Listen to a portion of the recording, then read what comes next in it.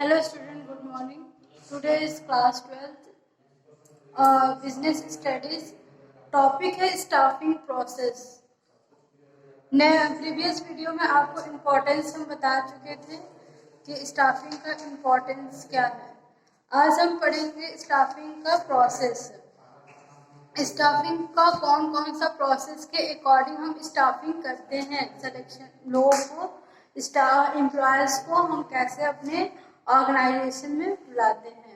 First point है आपका estimating man power requirement.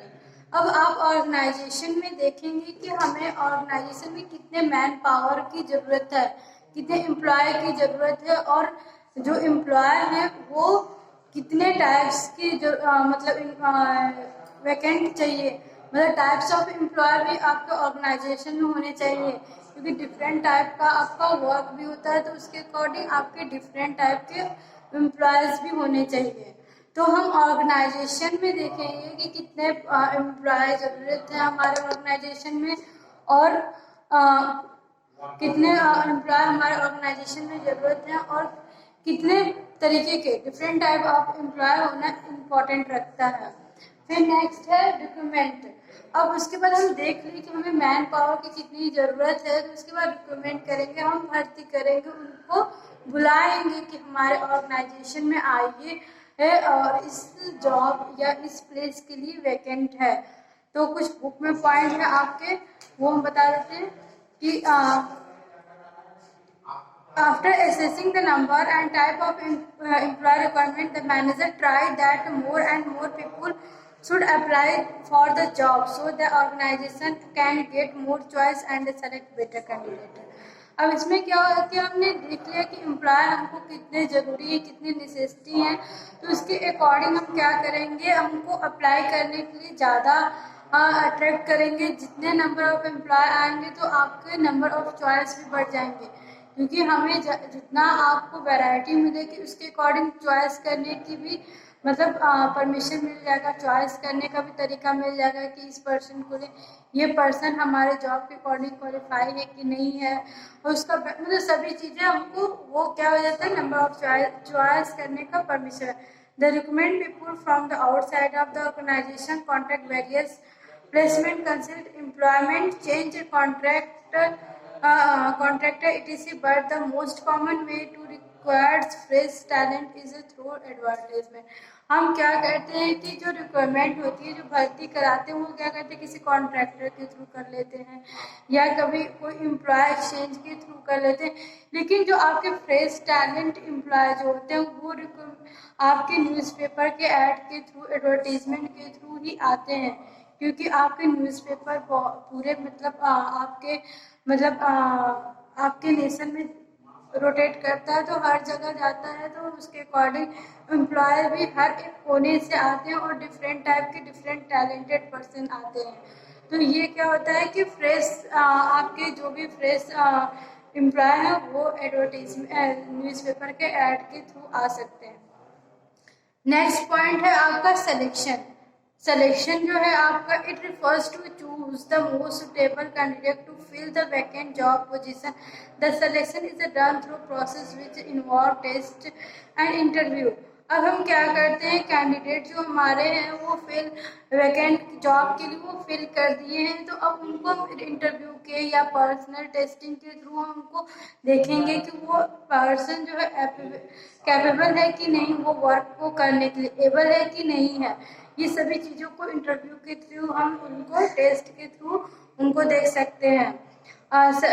Selection number of select candidate is less than the number of reject candidate, that was the called a negative process. First है to select the best among the available। जितने सारे आपके यहाँ है उसमें से हम best को क्या करते हैं, चूज करते हैं। सर आपको पता है सिलेक्शन का मेन मोटो यही रहता है कि जितने एम्प्लॉय हमारे यहाँ आए हैं उसमें से हम उनको बेस्ट, जो भी बेस्ट है उसको हम चूज करें। Next to make select candidate realize that how seriously thing are done in the organization. अब उसमें हम ये भी देखेंगे कि ऑर्गेनाइजेशन के कितने जो वहाँ पे एम्प्लॉय हैं वो सीरियस है उस ऑर्गेनाइजेशन के प्रति सीरियस है या उनके गोल के अकॉर्डिंग वो बहुत सीरियसनेस है, ये सभी चीज़ें हम उनके एम्प्लॉय में हम क्या करेंगे, देखेंगे।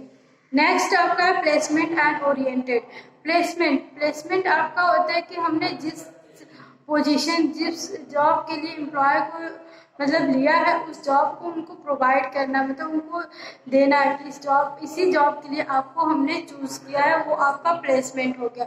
ओरिएंटेशन या हो गया कि आप नए हैं ऑर्गेनाइजेशन में, तो आपको सबसे वेल नोन करवाएंगे, आपके बारे में इंट्रोडक्शन देंगे। सब जो एग्जिस्टिंग एम्प्लॉय है उनसे आपका मतलब वेलफेयर, मतलब सॉरी वेलफेयर, ये आपको इंट्रोडक्शन कराएंगे। ये सभी चीज़ें आपको प्रोवाइड किया ओरिएंटेशन में आता है। नेक्स्ट है आपका training and development. Training and development में क्या होता है, हम एम्प्लॉय को ट्रेन करेंगे, उनके स्किल को हम क्या करेंगे, बढ़ाएंगे, उनके स्किल को मोटिवेट करेंगे, बढ़ाएंगे वो, क्योंकि वर्क को और अच्छे तरीके से कर सके। उन्हें तो हम तो क्वालिफाइड पर्सन को लिया है, लेकिन कोई भी और तुरंत आता है तो हर वर्क को तुरंत कर नहीं पाता, क्योंकि उसको जानने का थोड़ा टाइम लगता है, वर्क को कैसे करना है। तो इसमें ट्रेनिंग एंड डेवलपमेंट में ये होता है कि हम उनकी स्किल को इम्प्रूव करते हैं, उनको निखारते हैं, उनके काम करने का तरीका को हम अच्छे तरीके से और मतलब बेनिफिशियल तरीके से उनको स्किल को मोटिवेट कर सकते हैं, ये आप कह सकते हैं। और आपका कुछ ऑर्गेनाइजेशन में जो है वो स्मॉल स्केल पे कुछ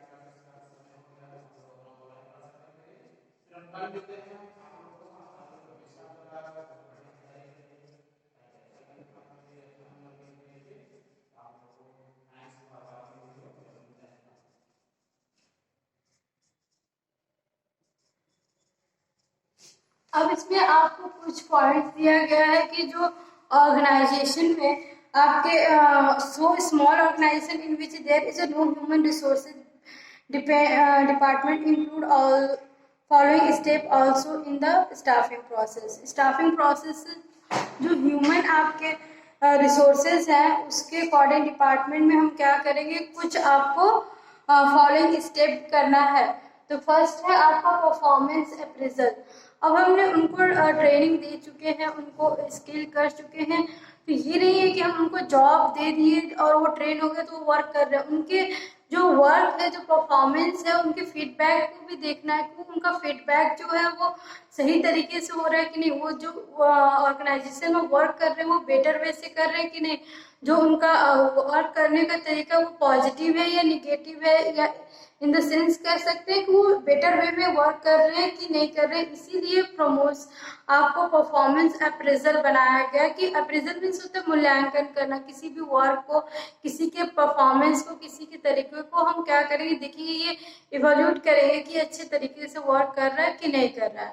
नेक्स्ट पॉइंट है आपका प्रमोशन एंड कैरियर प्लानिंग। अब इसमें प्रमोशन और कैरियर प्लानिंग में क्या है कि जैसे जैसे आप वर्क अच्छे तरीके से करते जाएंगे तो आपको प्रमोशन मिलेगा, हायर पोजीशन पे आपको अपॉइंट किया जाएगा, क्योंकि किसी भी ऑर्गेनाइजेशन में आप का जो वर्क करने का तरीका है बहुत अच्छे तरीके से या क्रिएटिव वर्क तरीके से आप कर रहे हैं वर्क को, तो आपको ऑटोमेटिक हायर लेवल पे आपको धीरे धीरे पोजीशन मिलती जाती है, आपको प्रमोट करते हुए आपको ऑर्गेनाइजेशन पे हायर लेवल आपको मिल जाती है एट द टाइम, कुछ टाइम के बाद। फिर उसके बाद आपका होता है कंपनसेशन। अब क्या होता है कंपनसेशन, हम कुछ कंपनसेशन जो होता है आपका डायरेक्टली और इनडायरेक्टली दोनों तरीके से होता है कि हम एम्प्लॉय को कुछ कंपनसेट करते हैं, वो अच्छे वर्क करते हैं तो उनको हम कुछ मोटिवेशनल के लिए कुछ चीज़ें दे देते हैं। जैसे डायरेक्ट में आपका हो गया, हम जब डायरेक्ट करते हैं तो उनको सैलरी बेसिस ये सब चीज़ें प्रोवाइड करते हैं एम्प्लॉय को, क्योंकि अगर वो अच्छा वर्क कर रहे हैं तो उनको सैलरी और बेसिस तो आप कंपनसेशन के थ्रू देंगे ही, क्योंकि वो वर्क कर रहे हैं उसके अकॉर्डिंग आप क्या करेंगे, सैलरी बेसिस आप उनको प्रोवाइड करेंगे। और इनडायरेक्टली वे में आप क्या करते हैं, जैसे इंश्योरेंस प्रोवाइड करते हैं, आप मेडिकल फैसिलिटी प्रोवाइड करते हैं, एजुकेशन उनके बच्चों के लिए प्रोवाइड करते हैं। तो ये सब क्या है आपका, ये डायरेक्ट और इनडायरेक्ट कंपनसेशन करते हैं। और आपका इसमें दो तरीके का होता है, डायरेक्ट फाइनेंशियल पेमेंट और टू टाइप। जो आपके डायरेक्ट होते हैं उसमें दो तरीके के होते हैं, एक टाइम बेस होता है, सेकंड है परफॉर्मेंस बेस। ये डायरेक्ट में आता है, डायरेक्ट जो कंपनसेशन उसमें है।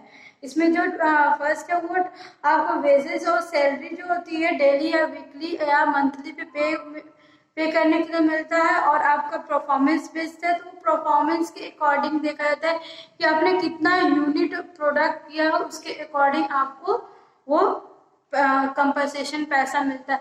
कंपनसेशन मतलब होता है कि आपने कुछ वर्क किया उसके मतलब अकॉर्डिंग आपको कुछ पैसा मतलब कुछ क्या आपके उस अकॉर्डिंग आपको सैलरी वेजेस ये सब चीज़ें मिल रही हैं, उसी को हम कंपनसेशन करते हैं। एक पॉइंट है आपको बता दे रहे हैं, it refers to price of the job, it include pay reward and other intensive given to employ, it include direct as well as indirect payment. वही बात बता रहे हैं, ये डायरेक्ट और इनडायरेक्ट हम इनको पेमेंट करते हैं। The manager must fix the right compensation on the basis of qualification type of job. Manager क्या करते हैं कि वो फिक्स कर देते हैं कंपनसेशन उनके क्वालिफिकेशन के अकॉर्डिंग या उनके जॉब के अकॉर्डिंग। क्योंकि आपकी क्वालिफिकेशन हायर है तो आपको अच्छा कंपनसेशन मिलेगा। अगर आपका वर्क करने का तरीका अलग है, जॉब आपकी अलग है, तो उसके अकॉर्डिंग आपको क्या होता है कि अलग तरीके से आपको मतलब कंपनसेट किया जाता है। तो ये आपके प्रोसेस है, जो आपका प्रोसेस एंड हो चुका है। अब हम कंपोनेंट या एलिमेंट ऑफ स्टाफिंग पढ़ेंगे। कंपोनेंट और एलिमेंट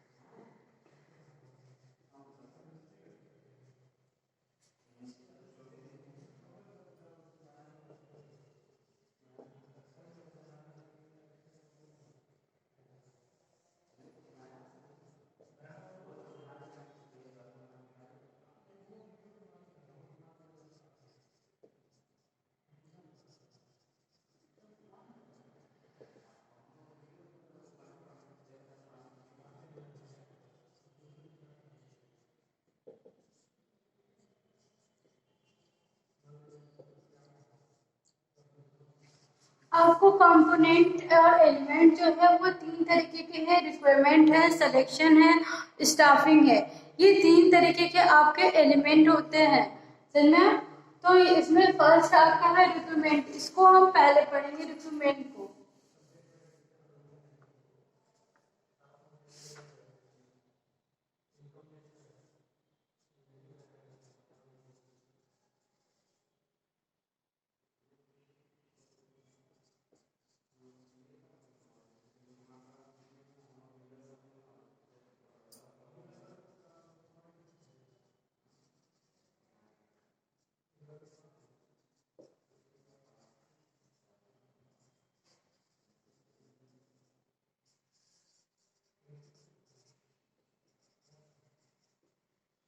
ये दो तरीके के रिक्वायरमेंट आपके होते हैं, एक होता है आपका इंटरनल सोर्स ऑफ रिक्वायरमेंट और सेकेंड है external source of requirement.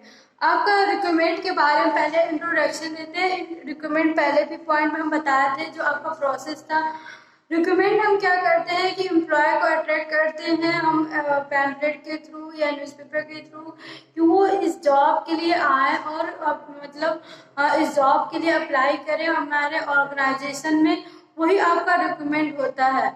attracting a more and more candidate to apply for a vacant job position in the organization.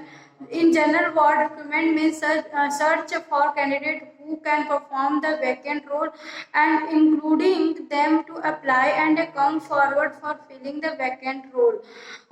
Recruitment function is very important because the end result of the recruitment function is the receiving large number of application to make a select form.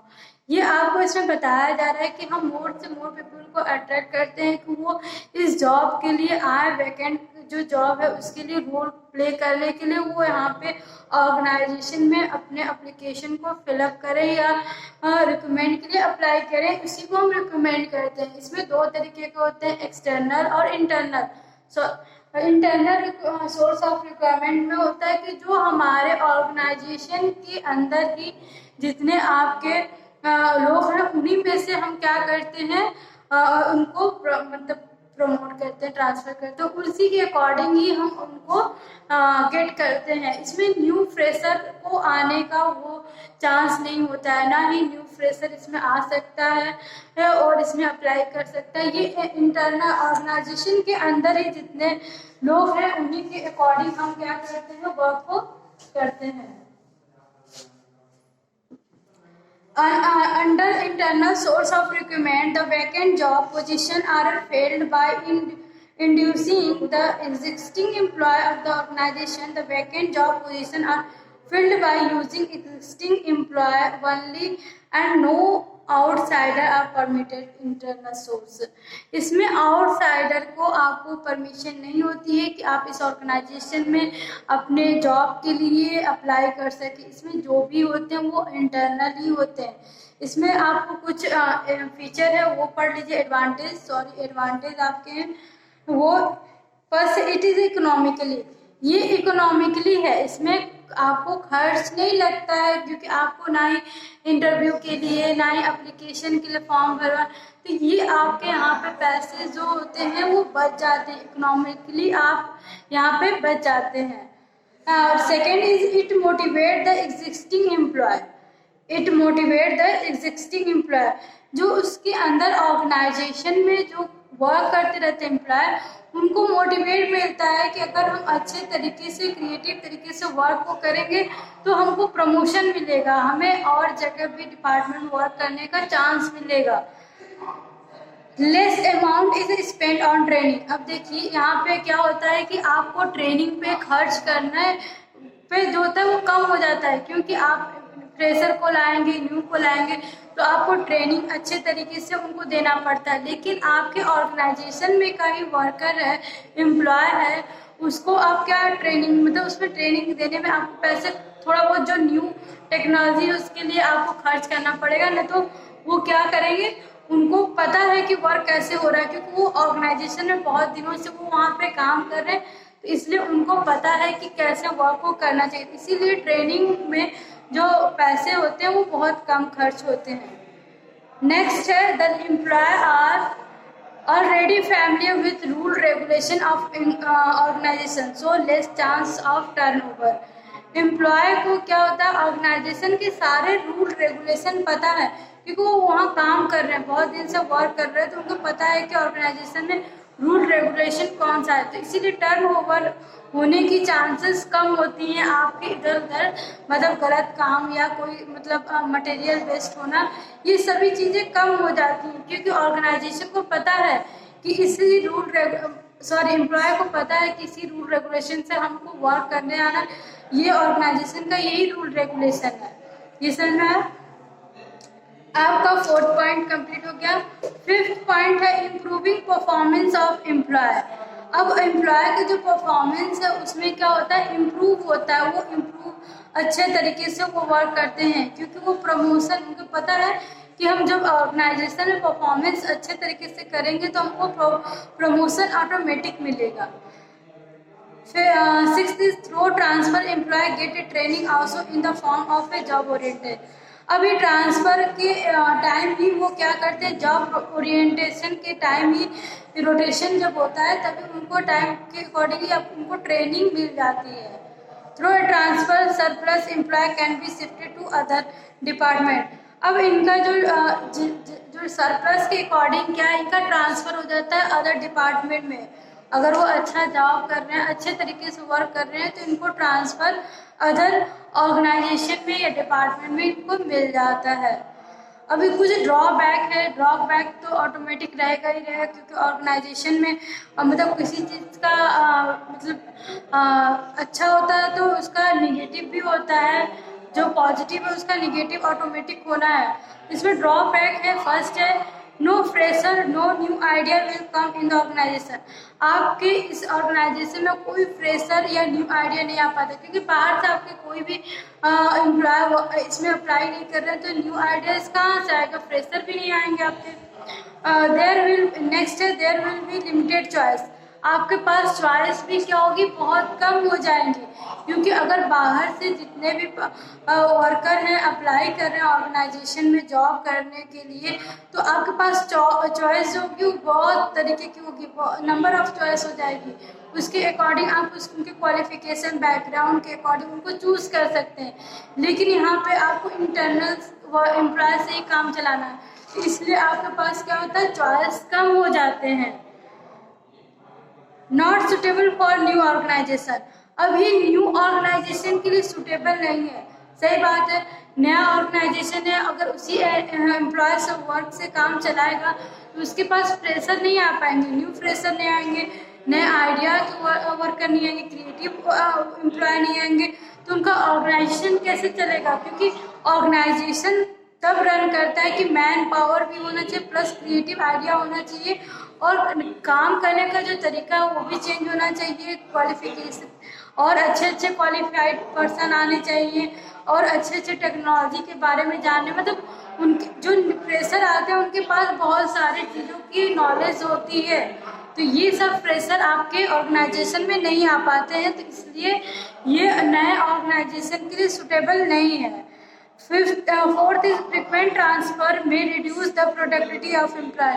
अब बार बार किसी employ को आप transfer करेंगे, बार बार यहाँ इस department से उस डिपार्टमेंट में ले जाएंगे, तो उनकी प्रोडक्टिविटीज़ पे इंक्रीज़ हो जाएगी, क्योंकि उनको चांस नहीं मिलेगा वर्क करने का अच्छे तरीके, उनके वर्क जो कर रहे हैं उसमें स्किल नहीं आएगी, क्योंकि अभी इस पर्सन ने अभी ऑर्गेनाइजेशन में कुछ वर्क करने का मतलब वो अच्छे से वर्क करने लगा, उसको ये पता चल गया कि टेक्नोलॉजी ऐसी है, हमको ऐसे वर्क करना है, तो अच्छे तरीके से वर्क हुआ। अभी वो उस टेक्नोलॉजी के बारे में ही जाना, अभी वेलफेयर हुआ, तब तक उसको क्या किया, आपने दूसरे डिपार्टमेंट में ट्रांसफ़र कर दिया, तो वो उस टेक्नोलॉजी को मतलब भूल के वहाँ पे वो दूसरे टेक्नोलॉजी को फिर सीखने में, तो इस तरह उसकी प्रोडक्टिविटीज़ क्या होगी, डिक्रीज़ होती जाएगी, वो आगे कुछ भी नहीं, मतलब उनकी लेवल जो है और उनका स्टैंडर्ड है वो बढ़ नहीं पाएगा। तो इसीलिए ये क्या होता है, आपके ड्रॉबैक में 4 पॉइंट्स हैं, चारों पॉइंट्स आप अपने से भी लिख सकते हैं, उसके अकॉर्डिंग आप समझ सकते हैं। ये यहाँ पे आपका ये पॉइंट सारे कंप्लीट हुए।